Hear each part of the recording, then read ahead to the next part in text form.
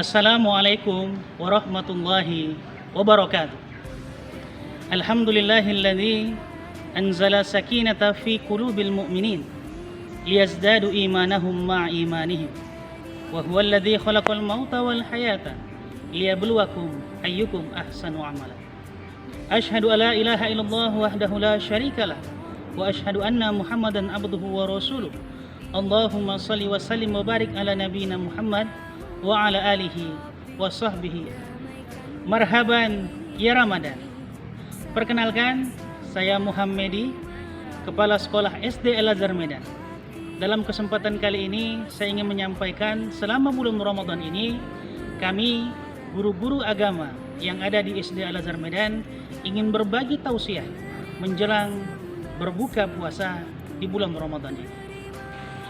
Hadirin jamaah pemirsa yang berbahagia, dalam kesempatan kali ini saya akan menyampaikan tausiah yang berjudul Jalan Menuju Surga.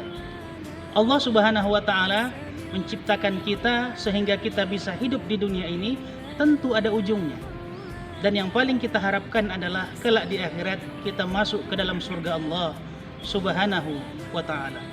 Dalam kesempatan kali ini saya akan menyampaikan 3 jalan yang bisa kita pilih, dari jalan yang paling buruk, jalan yang di tengah, dan jalan yang paling lancar menuju surga Allah Subhanahu wa Ta'ala. Jamaah hadirin yang dirahmati Allah Subhanahu wa Ta'ala, yang pertama adalah jalan yang buruk. Apa itu? Nabi Muhammad SAW bersabda, "Ma min abdin qala la ilaha illallah summa mata ala dhalika illa dakhalal jannah." Seorang hamba yang hidup yakin dengan kalimat la ilaha illallah, kemudian mati dengan keyakinan terhadap kalimat itu bahwasanya tidak Tuhan selain Allah, pasti masuk ke dalam surga.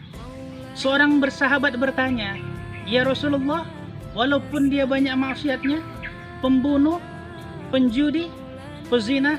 Kata Nabi, "Iya." Tapi kapan orang-orang yang melakukan banyak perbuatan dosa ini selama hidupnya banyak berbuat maksiat tapi akhirnya masuk ke dalam surga? Dijelaskan oleh Allah Subhanahu wa Ta'ala di dalam hadis qudsi. Nanti ketika semua orang sudah menikmati surga karena banyak amalannya dan orang sudah disiksa karena dosa-dosanya di neraka, akhirnya Allah memanggil malaikat penjaga pintu neraka, "Ya Malik, akhriju minan nar man kana fi qalbihi misqal dzarratin min khardalin min iman." Wahai malaikat Malik, coba kau bangkitkan kembali orang-orang yang sudah kau siksa di neraka ke hadapanku, yang dulu di dunia ada iman di dalam hatinya walau hanya sebesar biji zahra. Kemudian ahli maksiat dihadapkan di hadapan Allah. Kemudian Allah bertanya, "Apakah kalian sudah menyesal?" Mereka semua menjawab, "Nadimna, kami menyesal ya Allah." Kata Allah dalam hadis qudsi, "Izhab fadkhulil jannah." Akhirnya mereka sampai di depan pintu surga. Sebelum masuk ke dalam surga, mereka dimandikan dulu di sungai yang ada di surga yang disebut Nahrun Hayat, sungai kehidupan. Mereka dibersihkan dari semua bekas pukulan, hantaman, cambukan, dan siksaan yang mereka alami di neraka. Setelah mereka bersih, masuk ke dalam surga, seluruh penduduk surga bertanya, "Ma salakakum fis saqar?" Kenapa kalian mampir dulu ke neraka, baru sekarang kalian masuk ke dalam surga? Orang-orang yang baru masuk ke dalam surga setelah disiksa di neraka menjawab, "Qalu lam nakum minal musallin." Kami tahu sholat itu wajib tapi tidak kami kerjakan. Kami tahu puasa Ramadan itu wajib tapi tidak mau kami tunaikan. Kami tahu zakat itu wajib tapi kami enggan melaksanakannya. Akhirnya setelah mereka disiksa di neraka, tapi karena modal iman di hati mereka, yang Allah mengizinkan mereka akhirnya masuk ke dalam surga Allah Subhanahu wa Ta'ala. Kaum muslimin, jamaah hadirin sekalian, jalan yang kedua yaitu jalan yang sedang, sebagaimana firman Allah Subhanahu wa Ta'ala, "A'udzubillahi minasyaitonir rajim. Innal ladzina amanu wa 'amilus salihati la ukabbiranna anhum sayyi'atihim wa la nudkhilannahumul jannah." Sesungguhnya orang-orang yang beriman melakukan amal soleh yang dahulunya mereka pernah berbuat salah dan khilaf, banyak melakukan perbuatan dosa, dengan perbuatan baiknya maka kesalahan masa lalunya Allah ampunkan dan Allah masukkan dia akhirnya ke dalam surga tanpa mampir dulu ke neraka. Nabi Muhammad SAW bersabda, "Wa'atbi'is sayyi'atal hasanata tamhuha." Ikutilah perbuatan-perbuatan salahmu yang lalu dengan perbuatan baik hari ini, maka perbuatan baik hari ini akan menghapuskan dosa-dosa yang telah lalu. Kalau dahulu jarang melaksanakan sholat, sekarang memperbanyak sholat-sholat sunnah. Kalau dahulu mulutnya suka menghujat orang lain, sekarang gunakanlah mulut untuk memuji dan berzikir kepada Allah Subhanahu wa taala. Meminta maaf kepada orang yang pernah disakiti. Insya Allah mereka kelak hingga ketika ditimbang di mizan, di timbangan di akhirat, maka pahalanya lebih banyak daripada dosanya.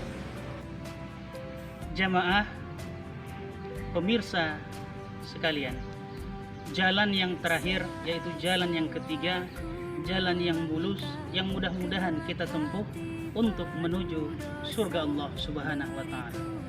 Firman Allah, A'udzubillahi minasyaitonirrajim, Innal ladzina amanu tsumma istaqamu fala khaufun 'alaihim wa lahum yahzanun ulaika ashabul jannah hum fiha khalidun. Sesungguhnya orang-orang yang beriman kemudian istiqomah dengan keimanannya, dia tidak takut kepada sesuatu apapun, dia hanya takut kepada Allah Subhanahu wa taala, maka orang seperti ini disebut sebagai ashabul jannah, para penghuni surga, dan mereka kekal di dalamnya. Jadi kalau kita bandingkan dari jalan yang buruk tadi, mereka tak beribadah, hanya melakukan dosa, tapi yakin kepada Allah, akhirnya masuk ke dalam surga, tapi mampir dulu ke neraka. Yang kedua, jalan yang tengah, yang sedang-sedang saja.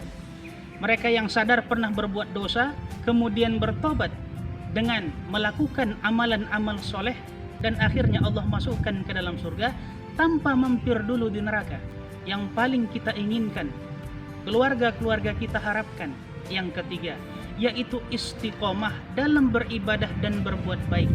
Jangankan melakukan dosa-dosa besar, dosa-dosa kecil pun tak ingin kita lakukan.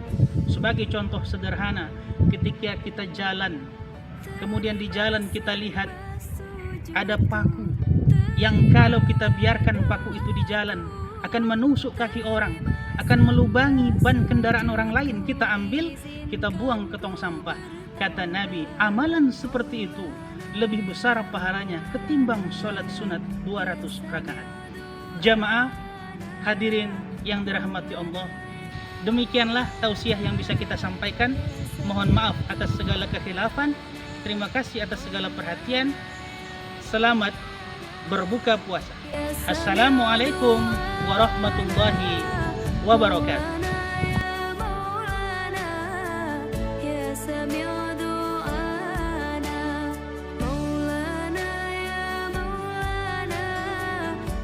Sami